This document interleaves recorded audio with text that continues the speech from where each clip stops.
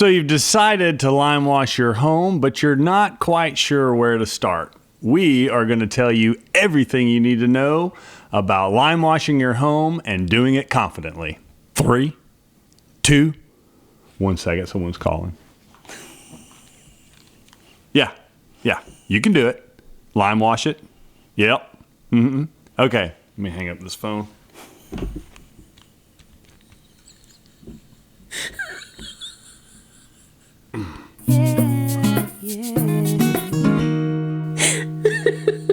I got props. You came prepared. You have props. Yeah, and look, props. we're sporting the gear. Yep.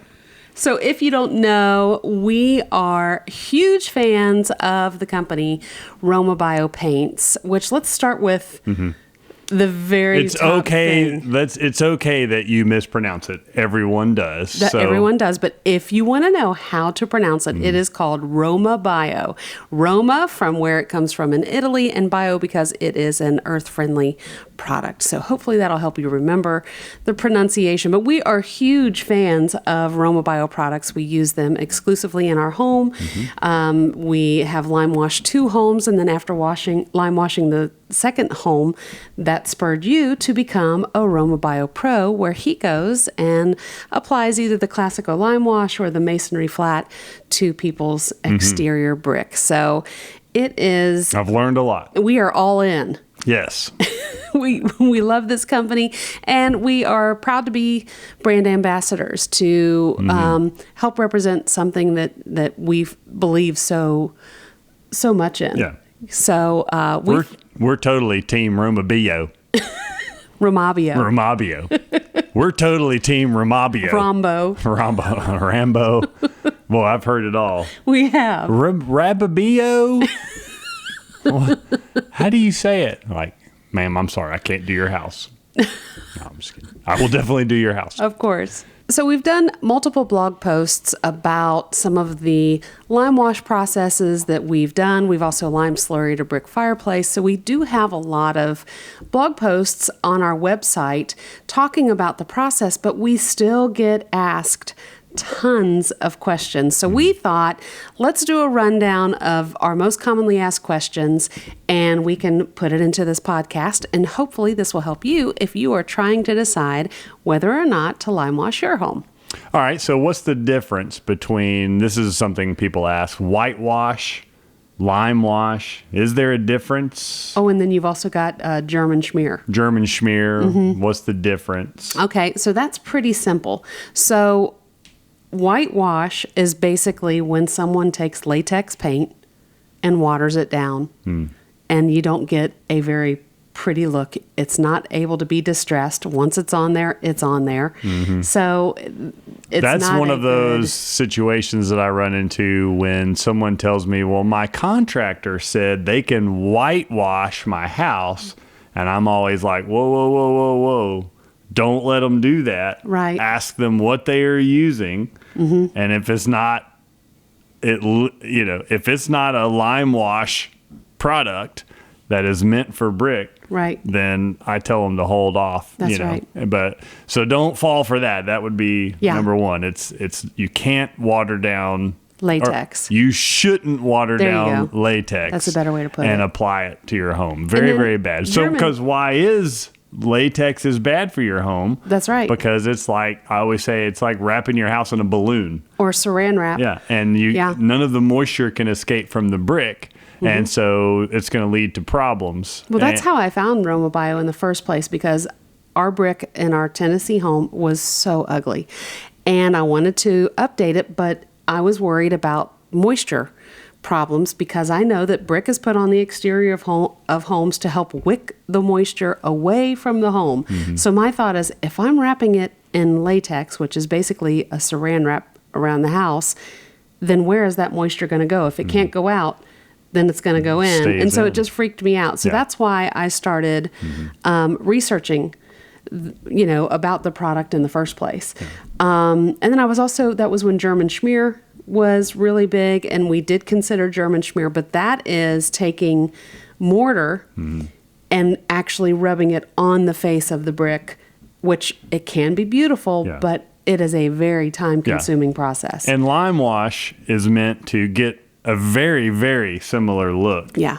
in a much easier and cheaper fashion. Well, and the way that the Limewash works is that it actually soaks into the surface of the brick. And I always think of it like staining a piece of wood.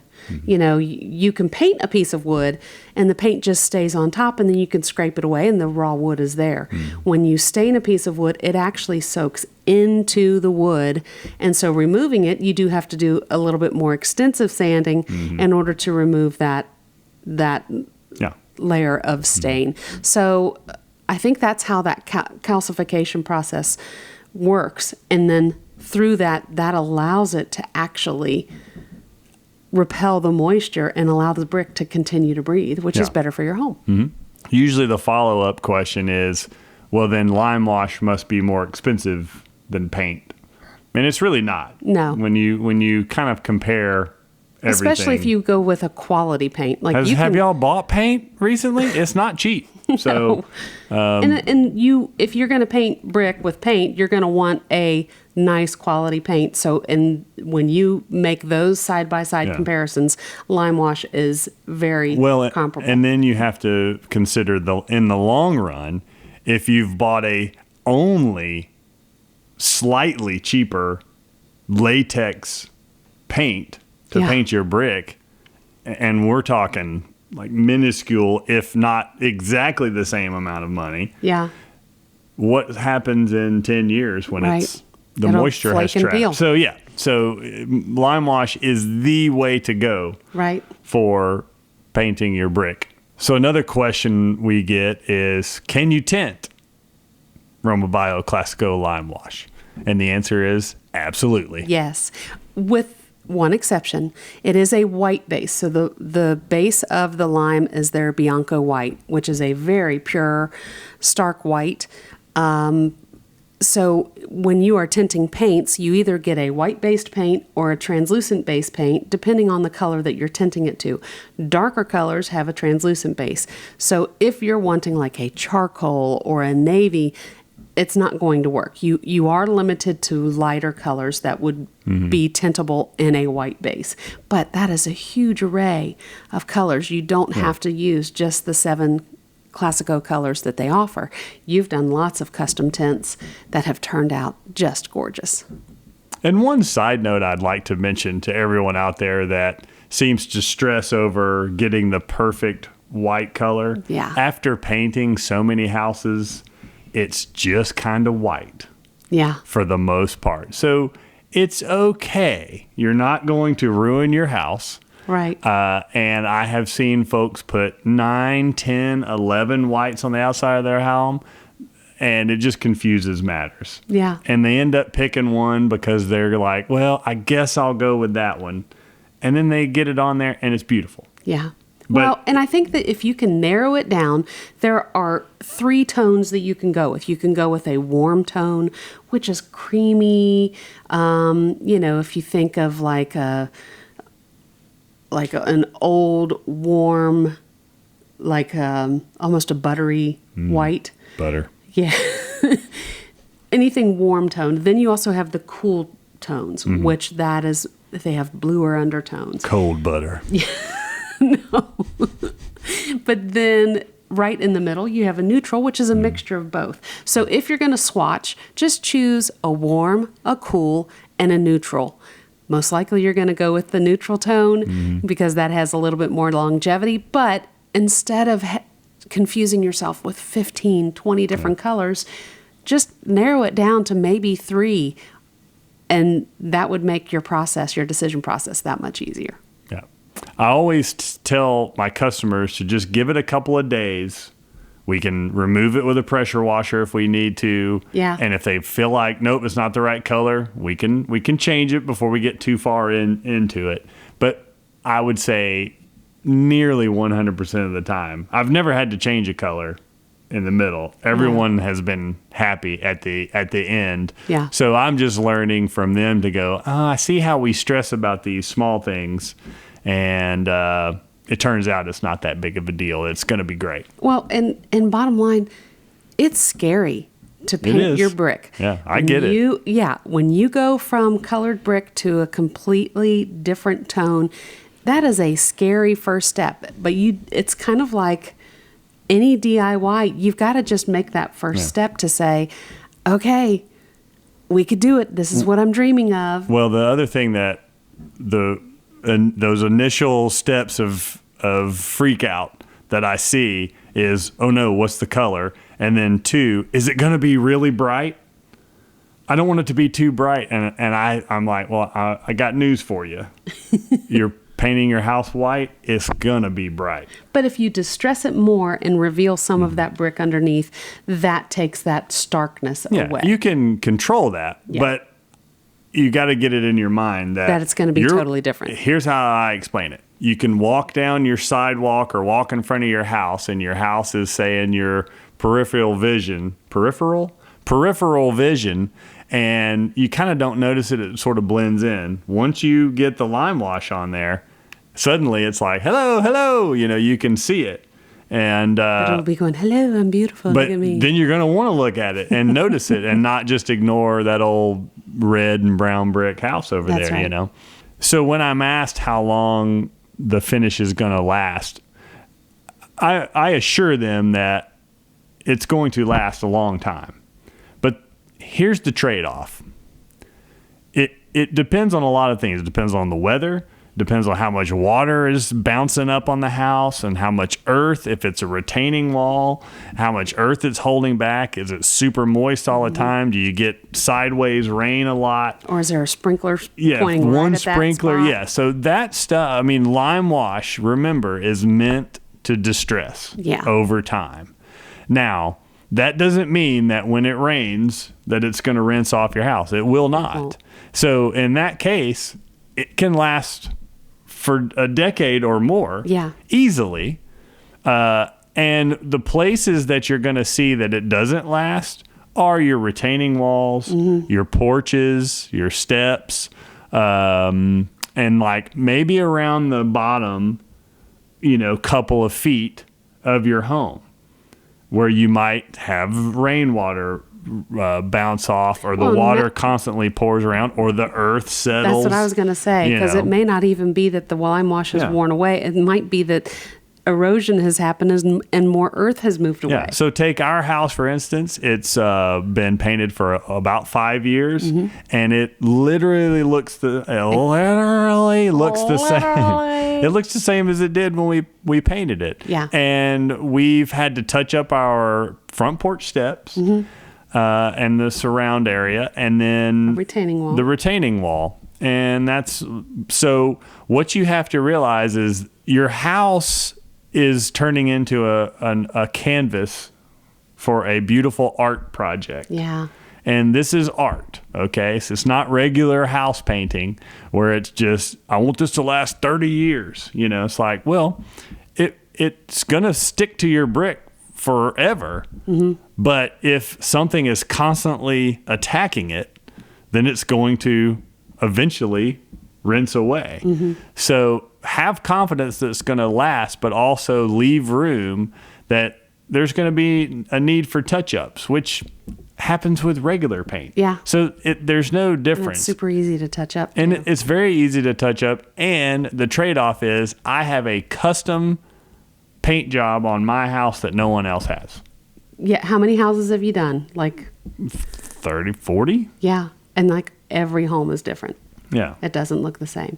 Well, so one of the comments that you had brought up was about patios and steps. And so that's a question we get asked a lot is, can you paint steps, walkways, patios? Yes, you can. But remember, this wears away from friction, which that's how, the rainwater or a pressure washer hitting the house, that friction is going to wear it away. So foot traffic is friction. So if you go to their website, Roma Bio actually does not recommend that you apply it to steps and walkways, just simply for that reason, because it's not formulated to last. So if you are wanting to paint your steps and have them look a completely different color, then we recommend going with a product that is actually formulated for walkways and paths and all of that. So, and even then, that doesn't always last. So it's just, any sort of friction is going to wear those items away. Just be prepared to touch it up if you need to. I look at it like some kind of water seal for your back deck. You could put the water seal down and it looks beautiful for a couple of years. And then at some point you got to put that sealer back on there because the weather takes it off. Yeah. So, but again, it's a horizontal surface where lots of walking and lots of rain hit. So it's the same thing with lime wash. But the cool thing about lime wash is that's what it's supposed to do. That's what it's supposed to do. So our front porch is more distressed than the rest of the house. I kind of dig it. And it's cool. Yeah. It's art. It's what it's doing exactly what it's supposed to do. And then we mentioned how our maybe the earth settles, and our flower beds kind of settle. So there's an inch of the old brick showing through. So go touch up, or you add either more touch it up, or you either add more mulch or whatever. But it's not difficult to. I mean, it's a flat paint. It's a flat sheen. So when you touch it up, it's pretty. It blends it's very seamless. easily. Yeah. So another question that we get asked is lime wash and rain. Will it come off in the rain? And the answer is no. In fact, that rain process, the more that it wets the brick and then it dries, that increases the calcification process over and over and over again. Now, one thing you may see is some shadowing or some modeling. When it rains, it's going to look a little more translucent, but as soon as the rain stops and it dries, it goes back to that solid white. It's actually a beautiful process. And if you remember that, okay, that's just continuing to calcify to the brick every time that rain happens, then you are just securing that application to the surface that much more. Well, and that modeling and soaking in of water is happening on your normal brick. Yeah. You just can't see it as easily because it's not white. Yeah. So you paint it white and you think, oh no, something's wrong. It's like, no, it's what it was doing before. It's just, now it's just But if you wet a wetting. brick wall, if you spray water on a brick wall, then you're going to notice you'll see that it's a little darker. different It looks cover. wet, Well, so they do create a product. RomaBio has come out with a product called Mineral Shield. You love this stuff. Yeah. You call it magic in a bucket or something like that. No.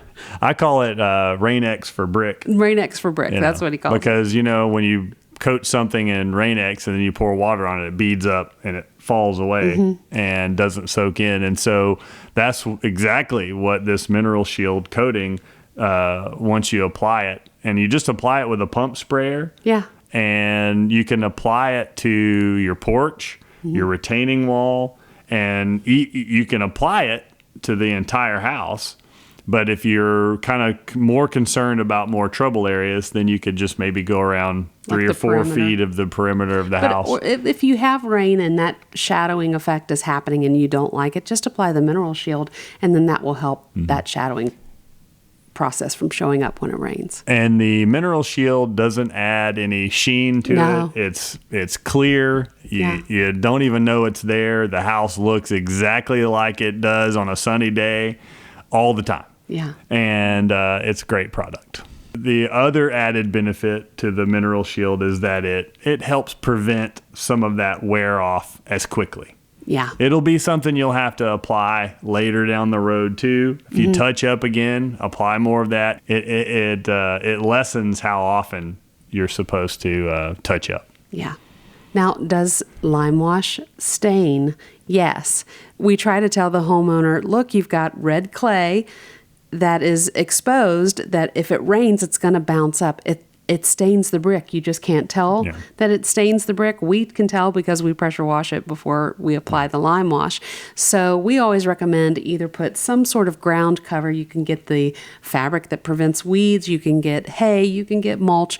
Any of those things, something that will create that barrier so that way when the rain happens, that bounce back of the soil onto the lime washed surface, it doesn't get too stained. But if you do have stains, it's very easy to clean. They recommend using like a mild dish detergent and very highly diluted, just maybe a drop or two, and then lightly scrub. Remember, friction is not your friend. Yeah. So you want to lightly scrub those areas and rinse it away. And then if a little bit of the lime wash comes off, again, you can touch it up. Yep. Super easy to do.